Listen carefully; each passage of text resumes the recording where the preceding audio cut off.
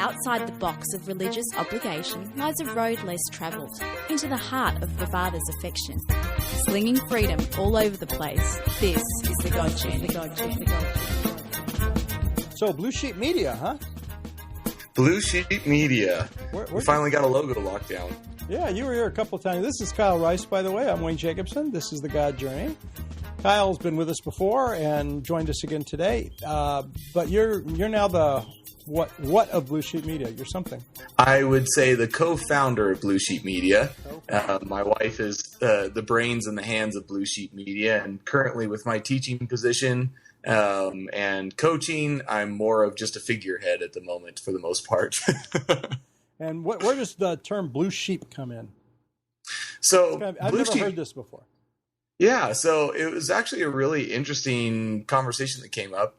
My wife was actually talking with her sister-in-law, and her sister-in-law made the comment that Jess is a blue sheep. And Jess was like, well, what are you talking about? What do you mean by a blue sheep? And then, so we did a little bit of research on it, and I guess it's actually not quite a black sheep. Not quite a black sheep. We all know what a black sheep is, and we all know correct. Yeah. So what's a blue sheep? So a white sheep is a sheep that goes around along with the crowd. It follows everybody. It's part of the crowd, and it goes along with what everybody says. Then there's the black sheep. That's the intentional rebel that is intentionally going against the grain and is owning that genre or that title.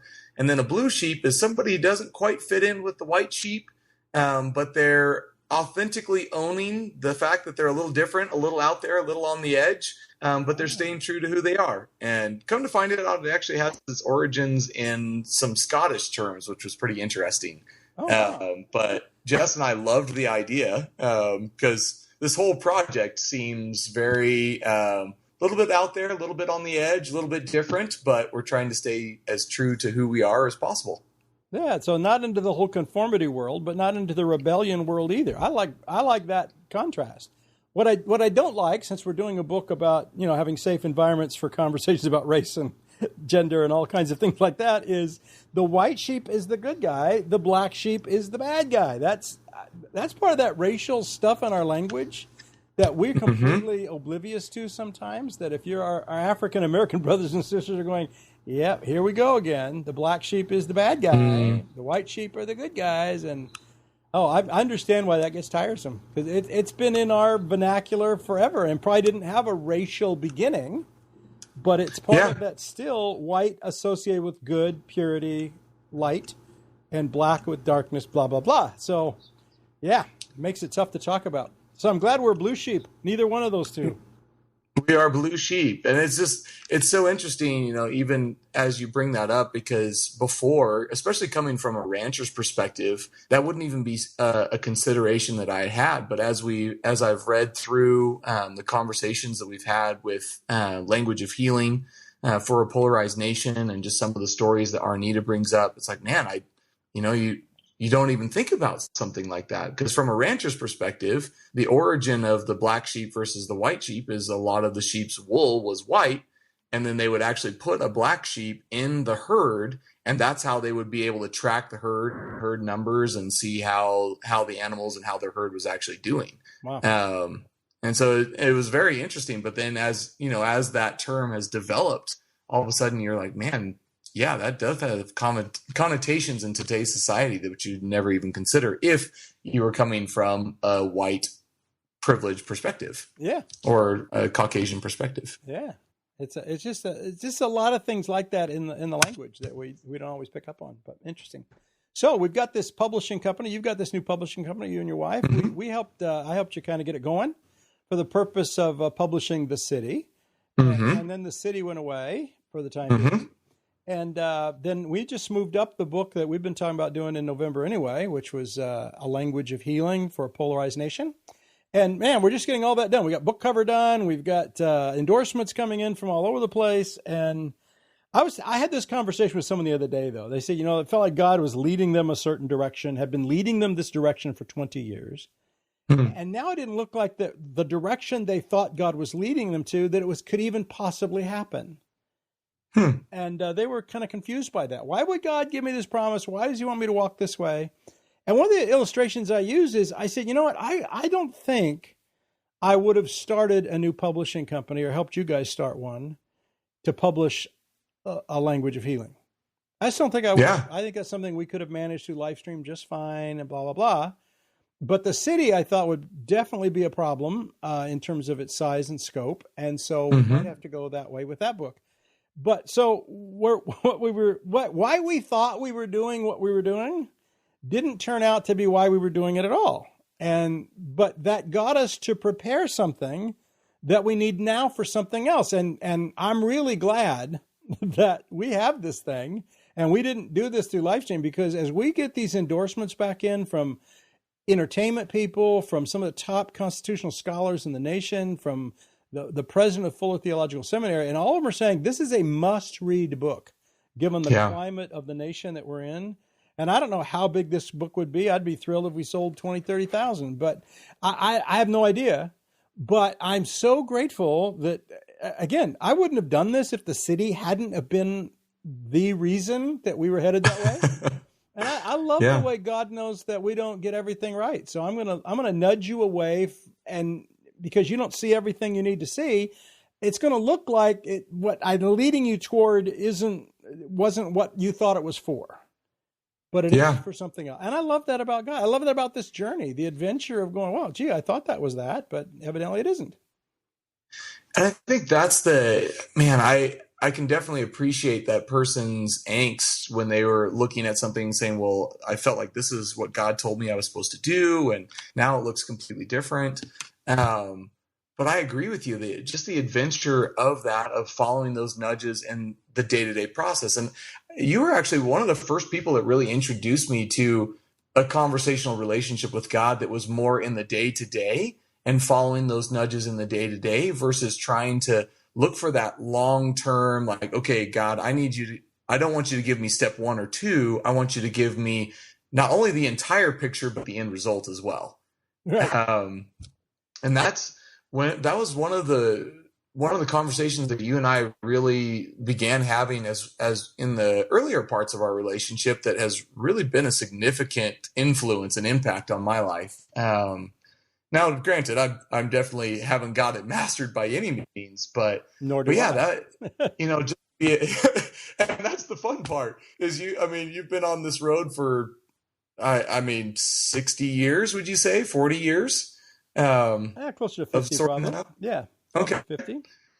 And I'd say I'm probably at about 15 years. And for us both to be sitting here looking at this and being like, wow, neither one of us have this mastered, but there's a lot of joy in that to not have to worry about necessarily trying to manufacture an end result, but being able to follow those nudges, just like this publishing company. And I mean, when you first messaged me about starting a publishing company, it's like,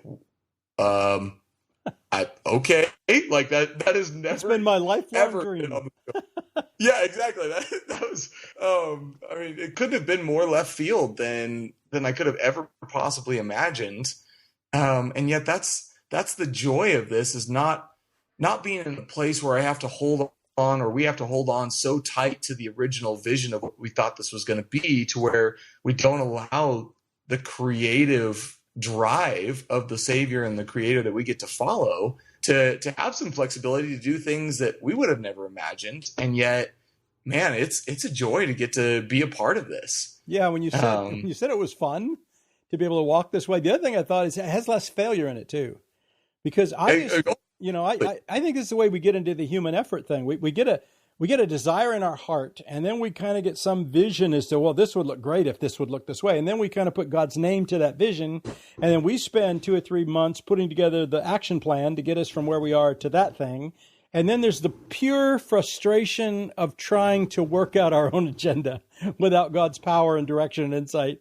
And what I love about this journey is, man, I can head off on a nudge that I think God's leading it this way, and then get partway down the road going, oh, but that wasn't the end result he wanted. He push right a little bit. There's something he's got going over here toward my right. And it leads to a lot less frustration about things are not happening the way I thought God told me to, as things just unfold. And as we follow those nudges, things unfold in a glorious way. Well, welcome back after our commercial break. Thanks for staying with us. We never really have a commercial break, but we've had all kinds of technical issues trying to do this by Skype FaceTime gave us a nightmare of a problem. So Apple kind of get working on that. And now we're back trying it again, and hopefully everything's configured right.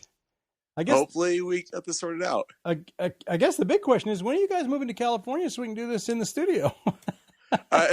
So if you ask my wife that, tomorrow. Wow. Tomorrow. So just to give you a heads up on that. Yep.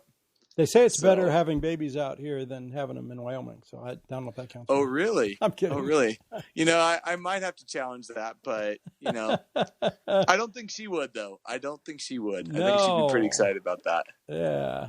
So welcome back. We'll pick up where we were just talking about the whole idea of letting God's will unfold in our life rather than getting a goal and then making a plan and then trying to let human effort take us to the goal line. The frustration of it, and yet there's all the, everything in the mainstream self-help world would say, well, you need to have a plan, you need to be intentional, you need to have 5 easy steps on how you're going to get there. You need to have an accountability partner that's going to help you achieve those goals. Yeah.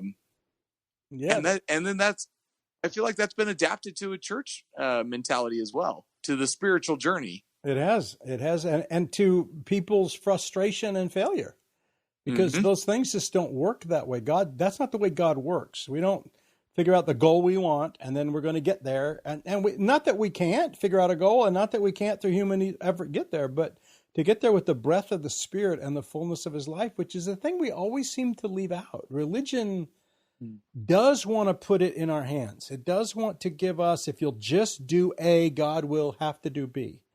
And we teach that. It doesn't work. And then when it doesn't work, we blame the person. Well, you didn't do A right, or you didn't do A enough, or you didn't do A hard enough, or you didn't, And I have found great joy in this journey by being able to live in that unfolding reality of who God is. And when God nudges my heart a direction, I don't mind going down that direction. And if I get partway down there and then it's clear that, this is not going where I thought it was going. This is going somewhere else. Or this got me this far, but now I think of it in terms of mountains. So if I'm going to go toward that mountain over there, I'm going to head that way. When I get partway there, and I might reach an ocean or something that's impossible. Then I realized, okay, so the mountain wasn't the goal, but it got me here. And then maybe it's a different mountain over there that becomes the orientation point. And I do think that's how God mostly leads us. And the people I see frustrated, I have young people all the time. They've got a plan to plant a church. They've got a plan to do this in ministry. They've got a plan to do that. And I just sit there going, this is probably not going to work. This sounds more like you than God. And it's hard for them to see, because it's all the stuff they think God has shown them, taught them, told them, but they're still implementing a plan. They're not following that wind-blown breath of the Spirit that God's invited us to follow. What about the people that start out on that wind-blown space that genuinely are feeling a nudge from God? They genuinely feel that, and there's the breath of the heart of God is in it, and they want to pursue it. And then they start down the road. What are some good road signs for them, or landmarks, or ways to begin to recognize that, maybe I have gone off on my own plan, or maybe now, yes, I was originally following that nudge, but then I grabbed control of it and took off with it, and now the Spirit's nowhere to be found, and I'm left standing in the wilderness wondering what happened. Well, he's still there, still waiting for us to lean back in. I've joked about it. I wish the Holy Spirit, when he wants me to take this fork in the road and I don't take it, I wish he would stay there. Because then I would get down the road a little while, he's going, whoa, I feel quite alone here. But he doesn't. Do you want to go that way? I'm going to come with you. So he's still there. But I think we have to realize that our tendency as humanity is to always take control, because we like having this illusion of control that I can determine the outcome. We really don't want to be in that space that says, okay, if God doesn't come through here, then what we're trying to do isn't going to happen. I think that's why we get a lot of religion in our training, spiritual training, is because that's stuff we can control. I can control how many minutes a day I read the Bible, how many minutes a day I pray. If I go to this meeting, if I have an accountability, I can measure all that, and I can do it. Now, it doesn't matter if it's not effective. It doesn't matter. It doesn't lead me to a relationship with God. I'm doing my part. And so if God's not doing his part, that's his problem. And I think we just love things we can control. I mean, that's Israel's history, isn't it? I mean, there's moments where they really start with this breath of God's leading, and then, oh, thank you, we've got it from here. And they forget him, and then they start trusting in idols and other things. And I think we do that all the time. I think some of maybe the signs that we're doing that is when we feel like we're in control, when we feel frustrated that things are not unfolding the way we thought they should, when we're saying things to God like, man, after all I've done for you, it seems like you could do this for me. Those would all be great signs to say, I think and I may still even be pursuing God's objective, but now I'm pursuing his objective in my own strength. Yeah. There's no one on this journey that hasn't done that 100 times. I've done it. I've done it often in my path where you look at going, okay, I think that's what God wants. Great. I'm on it and putting all my best wisdom and energy and effort towards it. And then you realize, man, the breath of the Spirit is not here now. Now it's got more of Wayne's sweat in it than it does God's breath. And that's always a good sign for me to just pause a minute and go, hold it. What am I doing here? But we love that illusion of control. It's the brother we talked about on the blog that's wife was dying, and there's got to be a way to pray that guarantees healing. And that's all coming back to our control again. And we can quote a few scriptures, if you don't doubt in your heart, but believe, then God will do. And then we think, well, faith's just the way we manipulate God to get the outcomes that will make us happy. And it keeps us from being an adventurer that's saying, okay, God, this is what I hope for, this is what I'm praying for. What are you doing? How do I follow you? And a lot of that is circumstantial, isn't it? I'm praying for something that isn't happening. Yeah. That makes me step back a little bit and go, okay, maybe this isn't what God has in mind. Yeah. Instead of, praying harder and, putting more effort into it. And that's the things I've done in the past to my utter exhaustion and frustration. And now I'm just open up and say, okay, that's not working. Now, there may be time God's saying, Wayne, it will persevere. And then I'm all in. If you want me to persevere, I'm going to persevere. But I'm not going to persevere in my own stubbornness because I want the objective so bad. And I can't admit that I've signed God's name to my desire, because I think I do that a lot, have done a lot.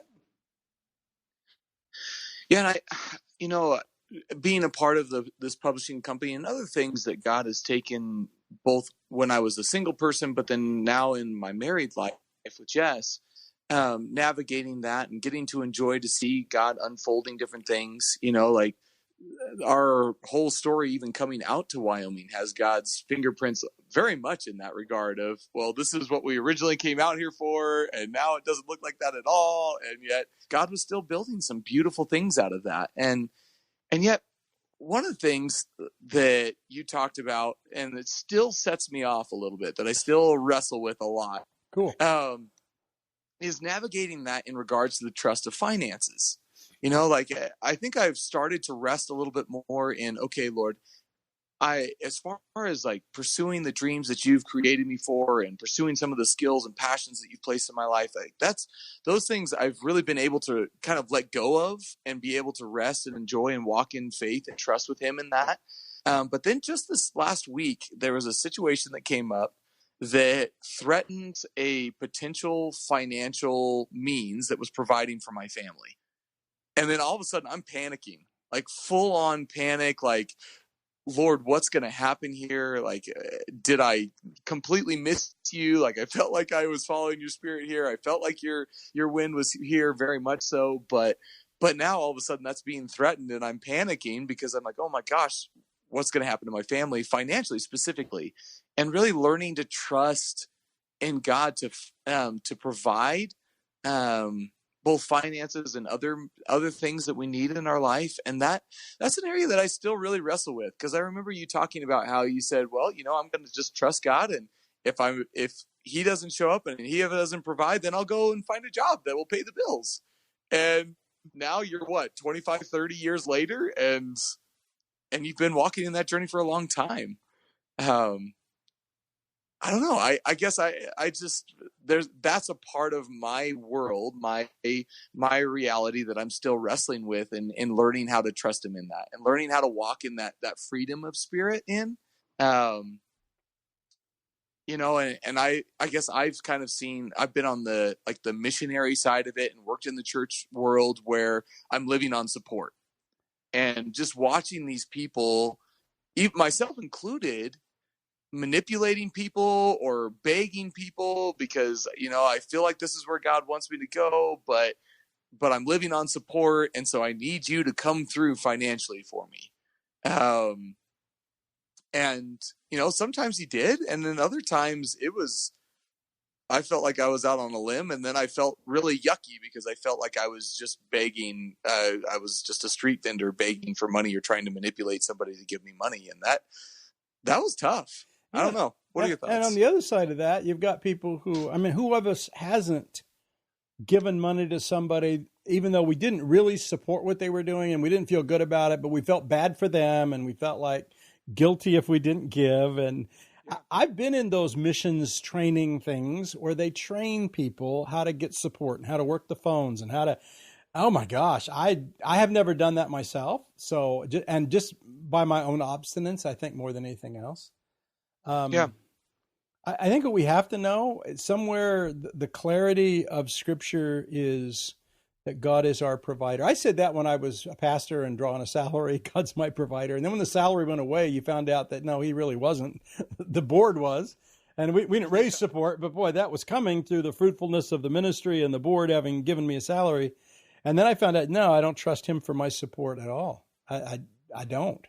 And then the challenge is, so what are you going to do about it? Are you going to raise support from other people? I know a lot of missions groups, the people do this. I speak at those places where people have gotten there because of support. I'm not entirely against it. There's a yuck factor in it for me, for my doing it.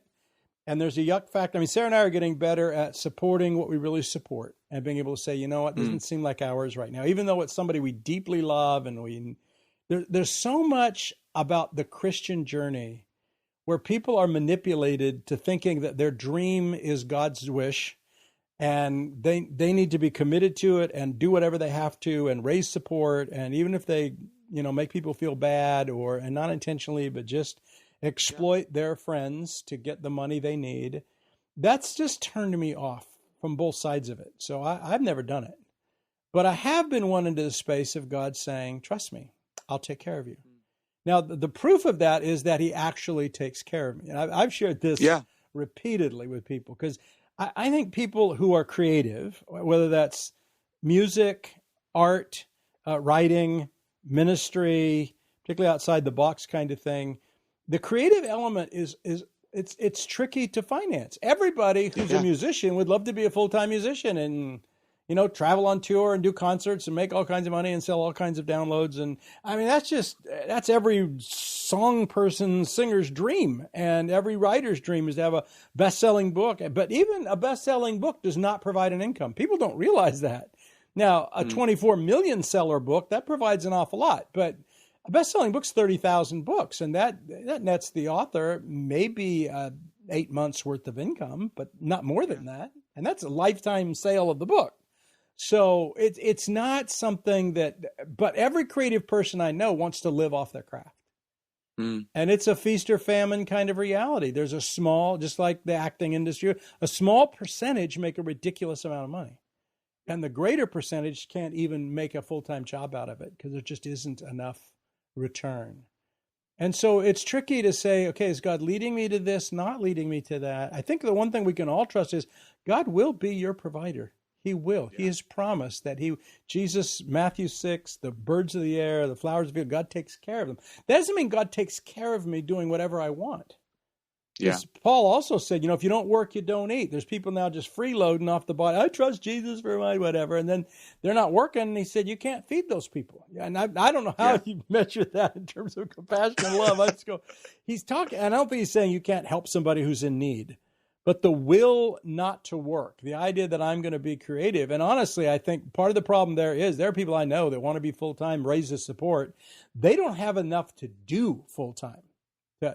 So then they've got to make up stuff to keep people busy. I even did that as a pastor sometimes. Things we kind of lull. I don't feel like I'm really earning my money here, so I'm going to start a class, and we'll have a class. And then we're just adding to people's workload because I want to find some reason for being in what I do. So the whole idea of learning, and I think that's why it's a learning curve. It's really a learning curve. Say, okay, God, I want to trust you with this. So if this job goes away, I know you have something for me. I don't know what it is, but I know you have something for me. And maybe this publishing company opens doors. Maybe it's another job comes up. Maybe there's people that just say, hey, we love what you're doing and we'll help you do it. We don't know what that is, but when we let God do it, then he'll make it clear. And my deal always with Sarah was, if we can't make it, because we were, quote unquote, living by faith, a term I hated because to me, living by faith was always living by begging off your friends. Yeah. And because I was almost obstinate with God, I'm not going to help you. If you're going to provide for me, you're going to do it without my help. Because I would rather get a real job. I'd rather go to work, get a paycheck, come home, and know my family's cared for than do this high wire dance every month. Are we going to have enough to pay our bill? And so my deal with Sarah was we ever get the end of the month and can't pay off everything that we didn't have at the start of the month. And we carried a mortgage. That was it. We had no credit card debt. We had nothing. So the first time we've got to drip into our savings to pay the house bill is the time I'm going to get a real job. I want you to know I've got your back. And that's how God taught us, because every month he kept providing. I remember Sarah coming in one day saying, we need $1,000 by the end of the day to be getting a real job. And this is about 9-10 months into this little experiment of ours. I'm like, okay. And when she walked out, I didn't get down on my knees and beg God for $1,000. I just thought, wow, I wonder where I'd start looking for work tomorrow. Because I really thought that's probably where we are. Yeah. And that she comes back after going to the post office and says, we got a check for $1,000 in the mail today.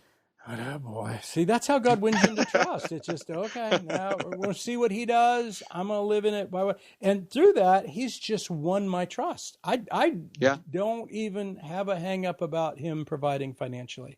And that was even before the shack. That was way before when we would just live month to month. But it was always like, I know it'll be there. It just is. God's just faithful.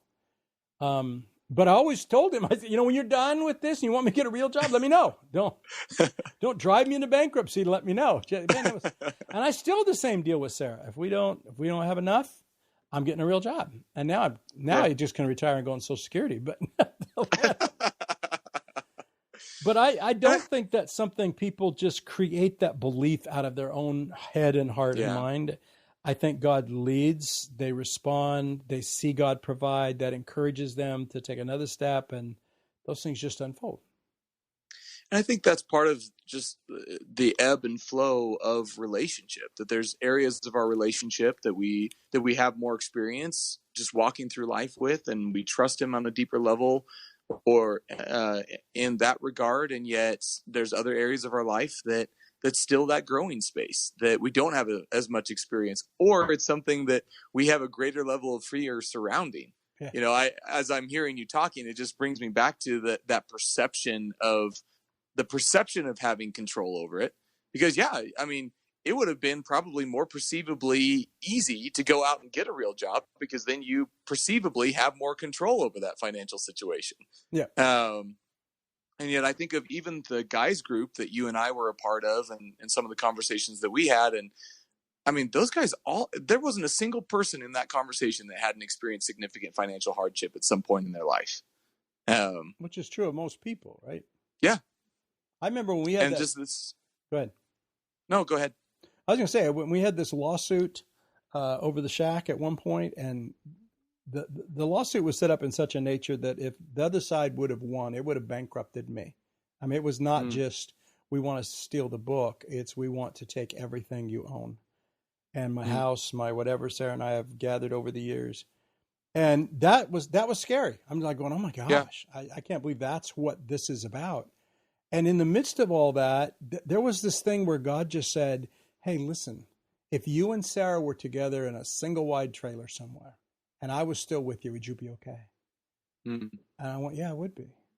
So I think part of that following Jesus, because I mean, even Jesus said, if you have food and clothing, therewith be content. This is not, follow your dreams and God will make you wealthy and relaxed and comforted and all that stuff. No, following him and living by what he provides means, man, I may be going through, and there have been seasons of our lives where Sarah and I have cut back significantly to fit inside the way God was providing for us.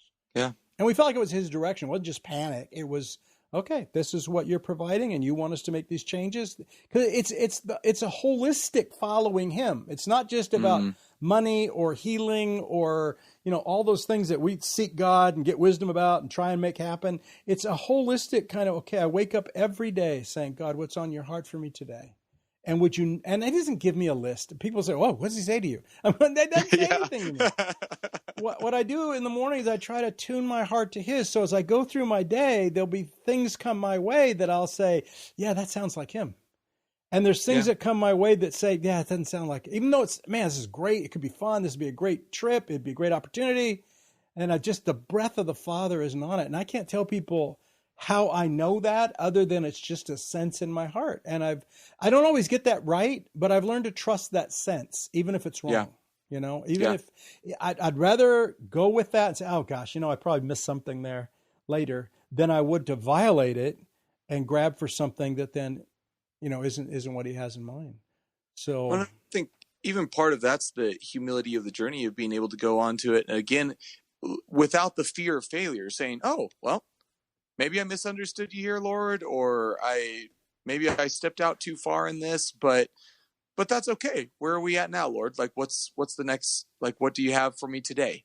Instead of this angst of, oh well, I didn't hear you perfectly, and so now I failed, and so now I can't trust my heart, and then going down that trail that completely cuts out the relationship that God's been building.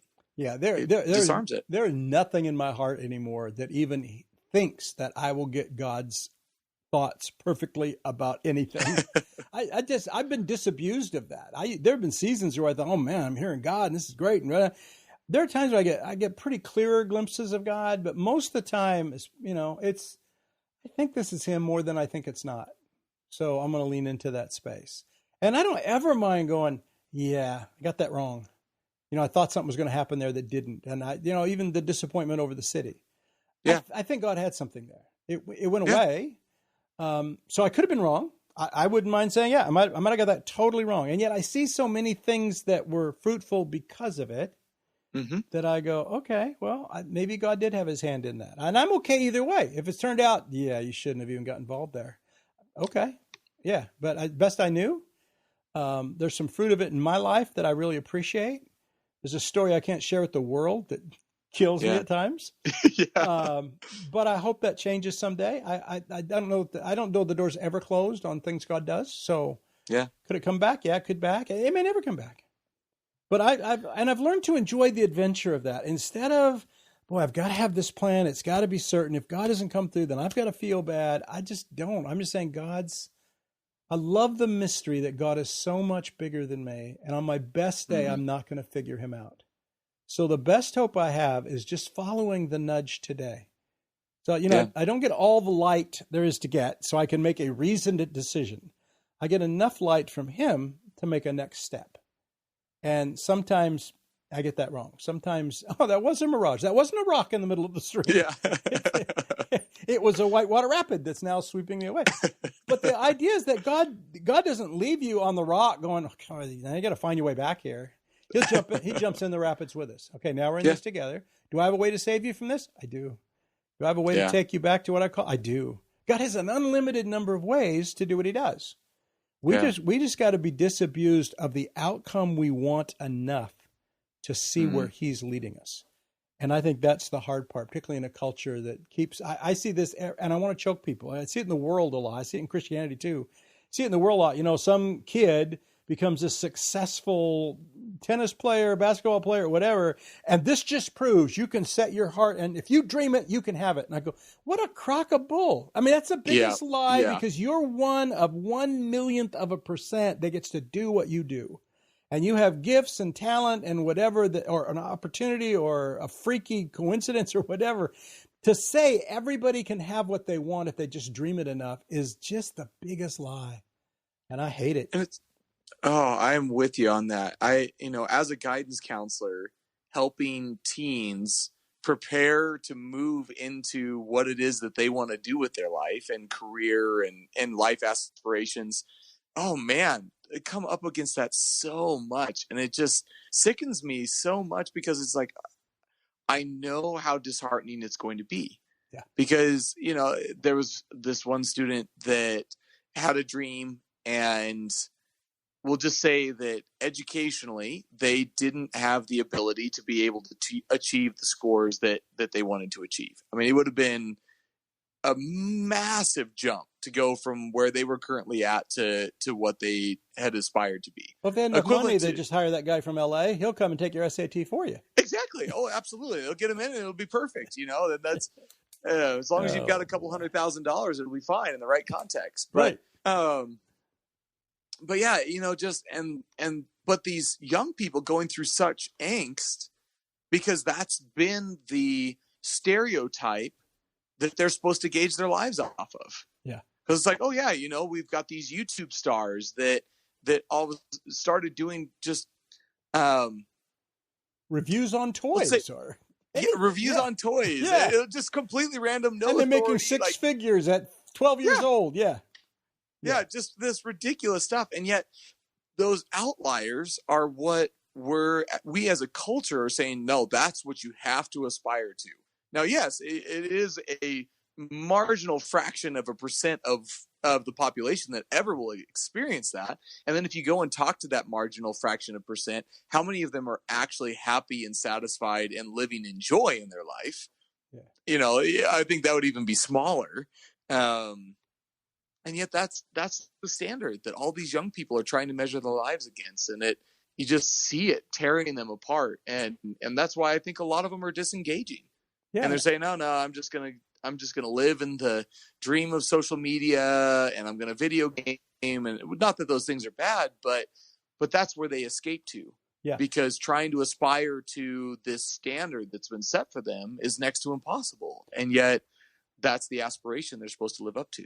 That to me, the brilliance of what happened in the garden, I know we talk about it as a curse or whatever, but God in our failure saying, if you don't work, you won't eat, or, by the sweat of your brow.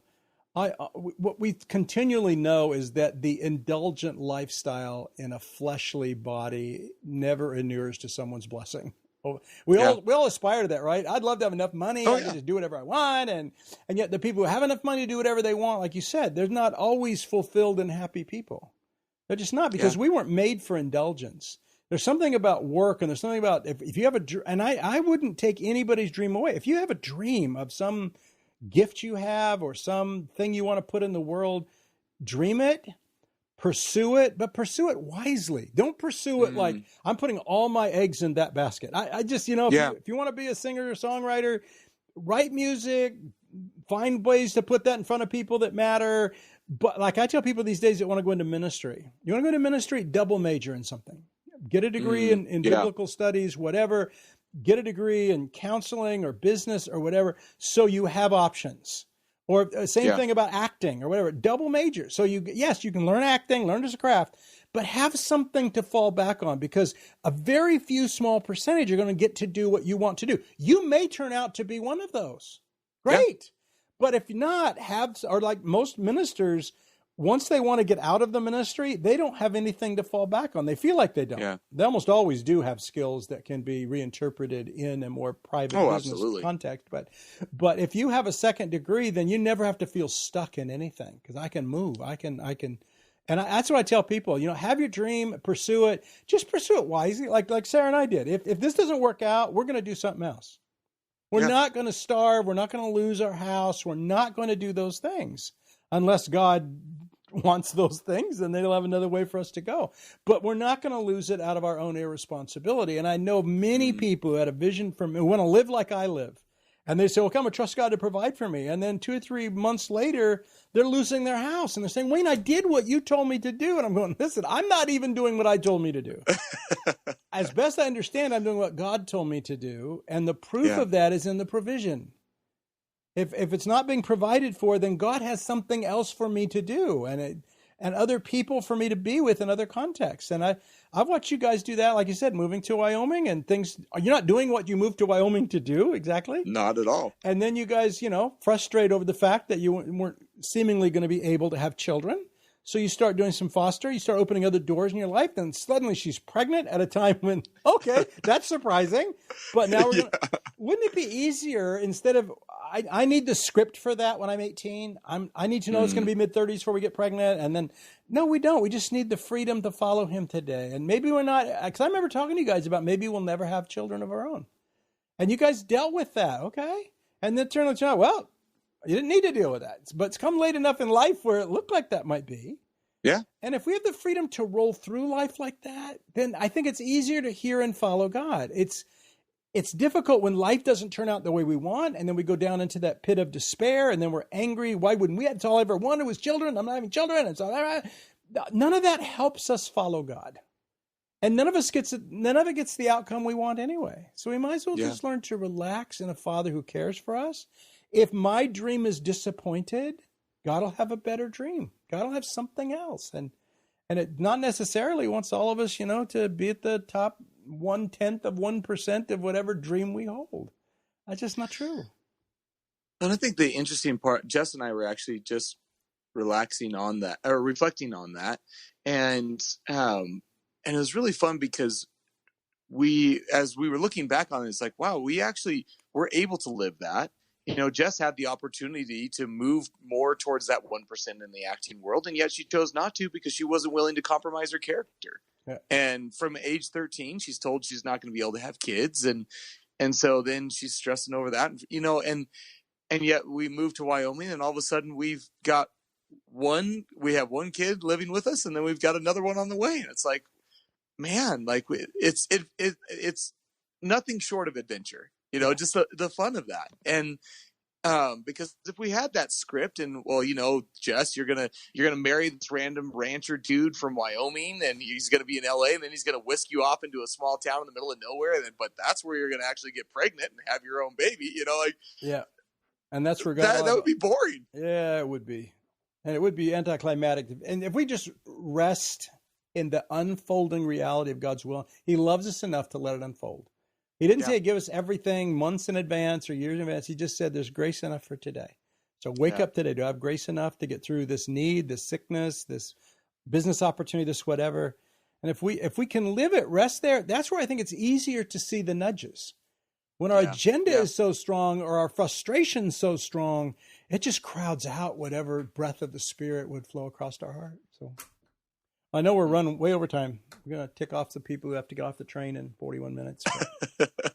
Great to see you again, Kyle. We'll get you back on another time, and looking forward to getting this book out with you guys come November. Absolutely. Excited to see it be able to be out into the world. So that'll be one thing, and then your baby out in the world in December will be another great moment. Yeah. Well, they'll be roughly about 4 weeks apart. Yeah, I know. Could be fun. Always. It will be an adventure. Thank you for travelling with us today on The God Journey. You can join this conversation by visiting thegodjourney.com.